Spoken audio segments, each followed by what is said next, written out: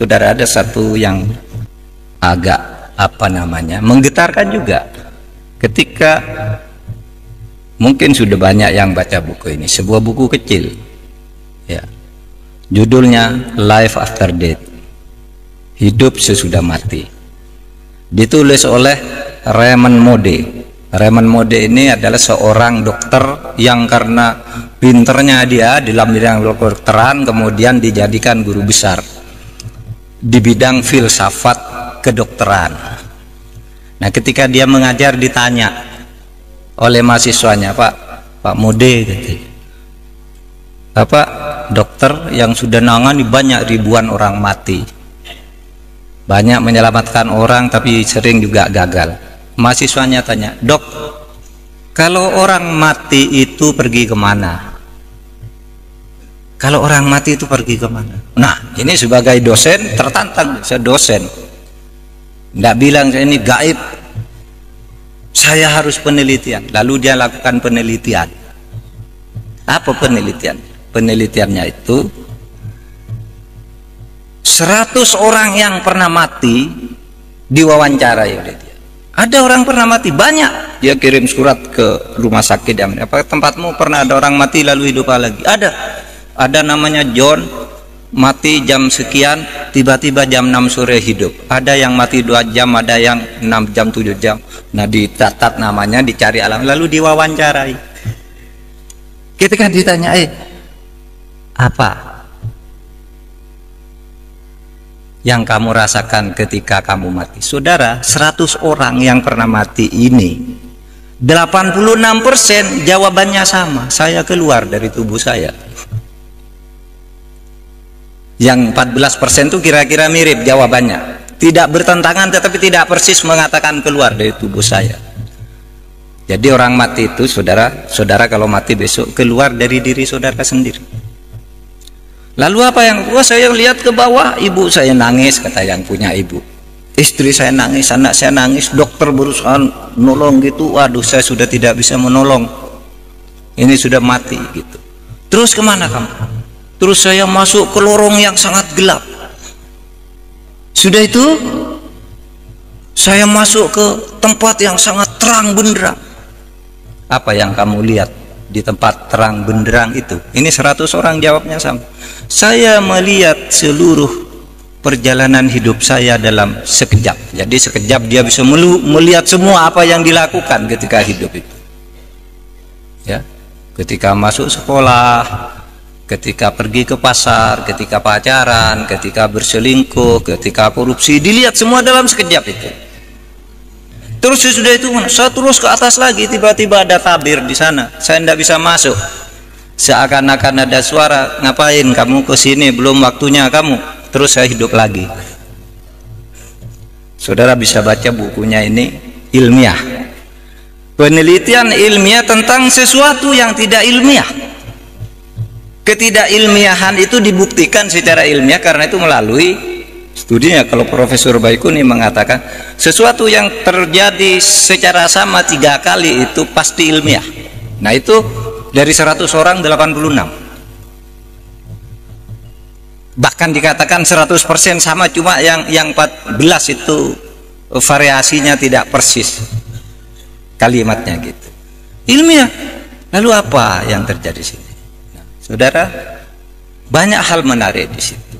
Pertama, bahwa orang itu bisa pergi dari tubuhnya. Kayak saudara pergi, sedang tidur, saudara pergi ke Afrika, saudara naik pesawat, itu mimpi, itu kan pergi saudara dari tubuh saudara.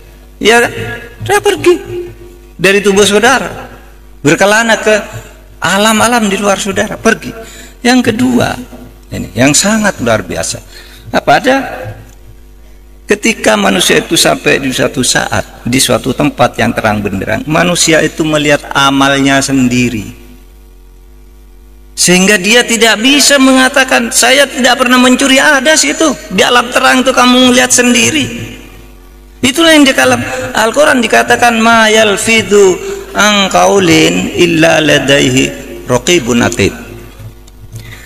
Tidak ada sesuatu pun yang kamu katakan, tidak ada sesuatu pun yang kamu lakukan di muka bumi ini kecuali dicatat dengan teliti dan lengkap oleh malaikat Raqib dan malaikat Atid.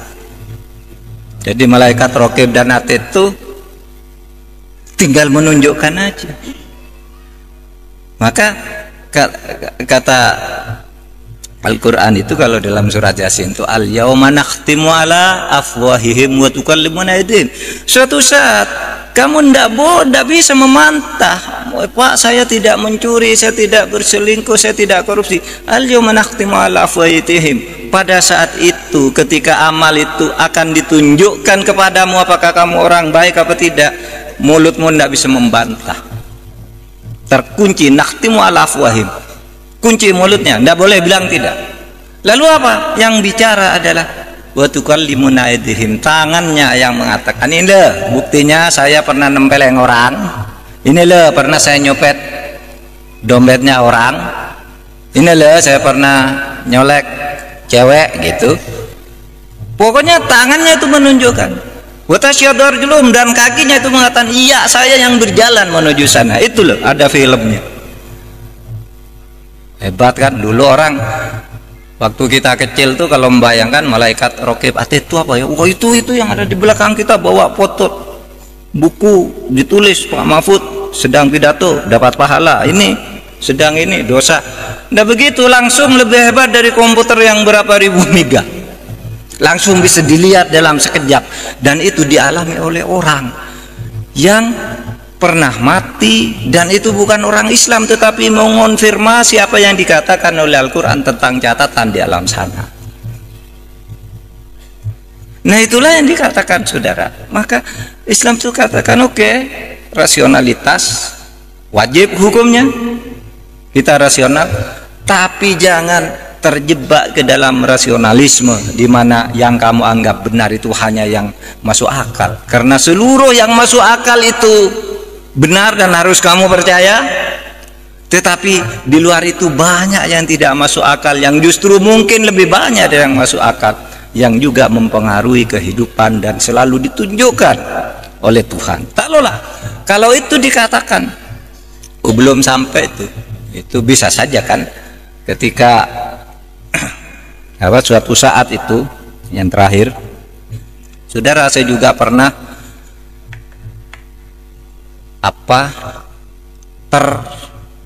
terkagum dengan kisah penemuan kota Iram di Yaman. Begini, jadi seorang bernama Nicholas Kleb, ahli purbakala itu memburu benda-benda purbakala. Ketika melakukan perburuan di Yaman Utara itu, ketika menggali beberapa meter menemukan lempengan batu bertulisan huruf-huruf kuno. Dia tidak tahu ini apa artinya.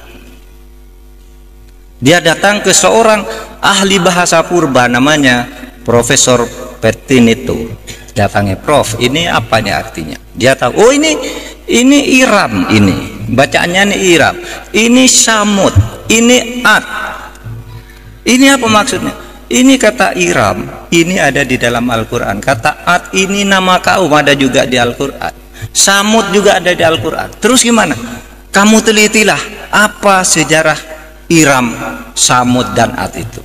Dia riset ke Mesir, ke Al-Azhar, tanya ke ahli-ahli Islam, lalu dapat konstruksi cerita begini. Kaum Ad adalah kaum yang hidup di satu kota yang sangat mewah. Dan kaum Ad inilah kaum yang pertama kali mendirikan rumah bertingkat. Sebelum itu rumah tuh ya satu ini aja, satu lantai. Nah, sejak itu ada menara-menara tuh kaum Ad yang pertama. Tetapi kaum ini durhaka kepada Allah sehingga suatu saat didatangkan badai luar biasa, lalu ditutup, tenggelam kota dan seluruh penduduknya ke muka bumi. Itu ada di dalam Al-Quran, di dalam surat Al-Fajr, cerita di dalam surat Al-Fajr. Lalu bunyi ayatnya itu begini, alam taro kaifa fa'ala rabbuka bi'ad irama dzatil imad alladzi lam yukhlaq mithluha fil bilad. Tahukah engkau apa yang diperbuat, yang dilakukan oleh Allah terhadap kaum Ad yang durhaka kepada Allah itu? Yaitu satu kaum yang hidup di kota Irom, Iromadatil Imad, yaitu sebuah kota yang bertingkat. Alladzi lam yukhlaq mithluha fil bilad, yang sebelumnya tidak pernah ada kota yang bertingkat seperti itu. Nah, itu konstruksi Nicholas Cleves sesudah belajar Al-Quran dan bertanya kepada ahli sejarah. Oh, kalau begitu ini pasti ada hubungannya dengan kaum Ad. Dia gali tanah itu, kemudian melakukan penginderaan jauh dengan menyewa pesawat Challenger mahal sekali. Dari pesawat itu dilihat kok ada digital bergerak-gerak, lalu diidentifikasi kalau ini nih bekas jalan, kalau garis seperti ini bekas sungai, kalau ini bangunan. Terus digali. Saudara, sesudah itu tidak terlalu dalam menggalinya, ditemukanlah menara pertama. Digali lagi sehingga jadilah sesudah digali lengkap itu sampai sekarang itu yang dilindungi oleh UNESCO itu ditemukan oleh Nicholas Cleves pada tahun 1993. Berapa tuh sekarang? 93, sekarang 2016. 23 tahun lalu. Allah sudah berfirman dulu pada Nabi Muhammad 15 abad yang lalu, baru ditemukan sekarang. Itu artinya apa? Dulu tidak masuk akal, sekarang masuk di akal. Artinya apa? Apa yang dulu tidak rasional itu mungkin karena belum ditemukan barangnya, belum ada metodologinya. Oleh sebab itu, itulah yang disebut gaib. Kalau saudara sekolah gitu, yang sekolah madrasah di pesantren tuh, di absen gitu, Ahmad, tidak ada Ahmad. Orang bilang gaib. Gaib itu artinya tidak ada. Iya, Fatimah tidak hadir, lalu gaibah artinya tidak ada dia. Gaib itu artinya tidak ada, belum ada di depan kita. Artinya apa? Percaya kepada yang gaib juga bisa diartikan bahwa mempercayai bahwa ilmu pengetahuan itu suatu saat akan sampai kepada hal-hal yang tadinya dianggap gaib, tetapi tidak akan semuanya, atau tidak akan pernah selesai pencapaian terhadap kegaiban-kegaiban itu. Oleh sebab itu jangan sombong dengan rasionalisme.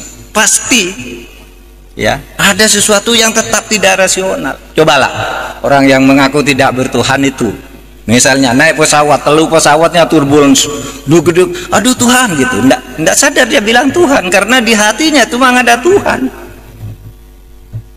yang maha gaib itu. Selamatkan saya Tuhan gitu, ndak ada diem aja gitu, orang mau mati gitu, karena ada di hati nuraninya itu ada yang maha gaib itu. Nah hadirin sekalian, oleh sebab itu mari saya kembali ke takwa tadi. Orang takwa itu dapat pertolongan dari Allah dengan cara yang tidak bisa diduga. Jangan terlalu rasionalisme, ikutilah rasionalitas setinggi-tingginya, tapi jangan rasionalisme tetapi dalam pengertian tadi. Yang tidak rasional itu mungkin sesuatu yang belum ada saja di depan kita, mungkin seperti ditemukannya kota Iram itu, dan banyak lagi kisah-kisah di dalam Al-Quran yang kemudian terbukti dari waktu ke waktu. Dan yang terakhir, ini terakhir lagi,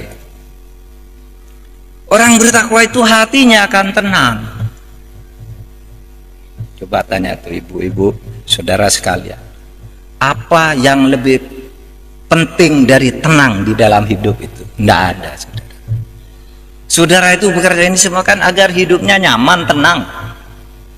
Oleh sebab itu, kalau saudara berusaha memperoleh segala fasilitas hidup itu agar hidup nyaman, jangan kalau ada kesempatan fasilitas berlebihan-lebihan sehingga ketenangan dirongrong oleh fasilitas yang berlebihan itu. Itulah misalnya karena korupsi.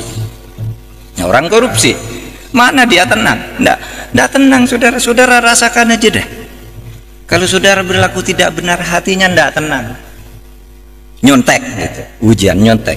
Nah, saudara hahaha gitu, wah saya tadi bisa nyontek ngelabui bapak itu, ngantuk yang ngawasi katanya.